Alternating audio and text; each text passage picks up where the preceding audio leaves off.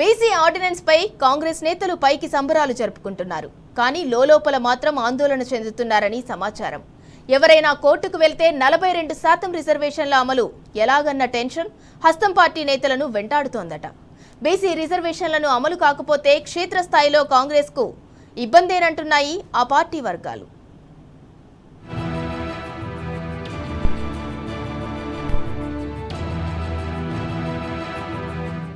BC రిజర్వేషన్ల అమలు ఎలాగని రేవంత్ సర్కార్ కు భయం పట్టుకుంది. అసెంబ్లీ ఎన్నికలకు ముందు వెనుకబడిన వర్గాలకు కాంగ్రెస్ ఇచ్చిన అనేక హామీల్లో 42% రిజర్వేషన్ల పెంపు వాగ్దానం ఉంది. ఈ నేపథ్యంలో తాజాగా స్థానిక సంస్థల ఎన్నికల్లో బీసీలకు రిజర్వేషన్ కల్పించేందుకు ఆర్డినెన్స్ తీసుకురావాలని రాష్ట్ర మంత్రివర్గం నిర్ణయించింది.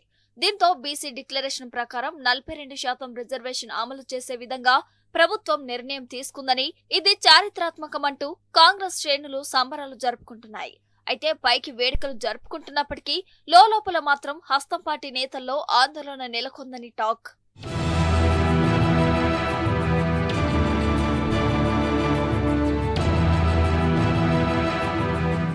బీసీ ఆర్డినెన్స్ చట్టం ముందు నిలబడుతుందా అన్న సందేహం రేవంత్ సర్కార్ ను పట్టుకున్నట్టు తెలుస్తోంది. రిజర్వేషన్ ను ఎగ్గొట్టడం కోసమే కాంగ్రెస్ ప్రభుత్వం కంటితొడుపు చర్యగా ఆర్డినెన్స్ తీసుకొచ్చిందని తెలిస్తే బీసీలంతా హస్తం పార్టీపై తిరగబడతారని ఆందోళన చెందుతుందట. ఇప్పటికే బీసీలు కాంగ్రెస్ పై గుర్రుగా ఉన్నారు. దీనికి తోడు ఆర్డినెన్స్ పేరుతో మరోసారి మోసం చేస్తే పరిస్థితి మరింత చేజారే అవకాశం ఉందన్న టెన్షన్ తో అధికార పార్టీ నేతలు ఉన్నారని టాక్.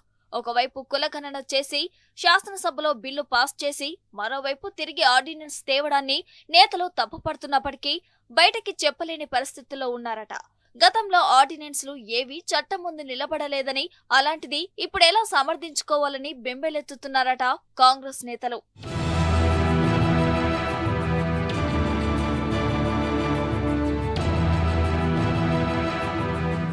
కాంగ్రెస్ ప్రభుత్వం తీసుకొస్తున్న ఆర్డినెన్స్ స్థానిక సంస్థల ఎన్నికల్లో బీసీలకు 42% రిజర్వేషన్లు అమలయ్యేలా చూస్తుందా, లేక కంటితొడుపు చర్యగానే కాలం వెల్లదిస్తుందా చూడాలి.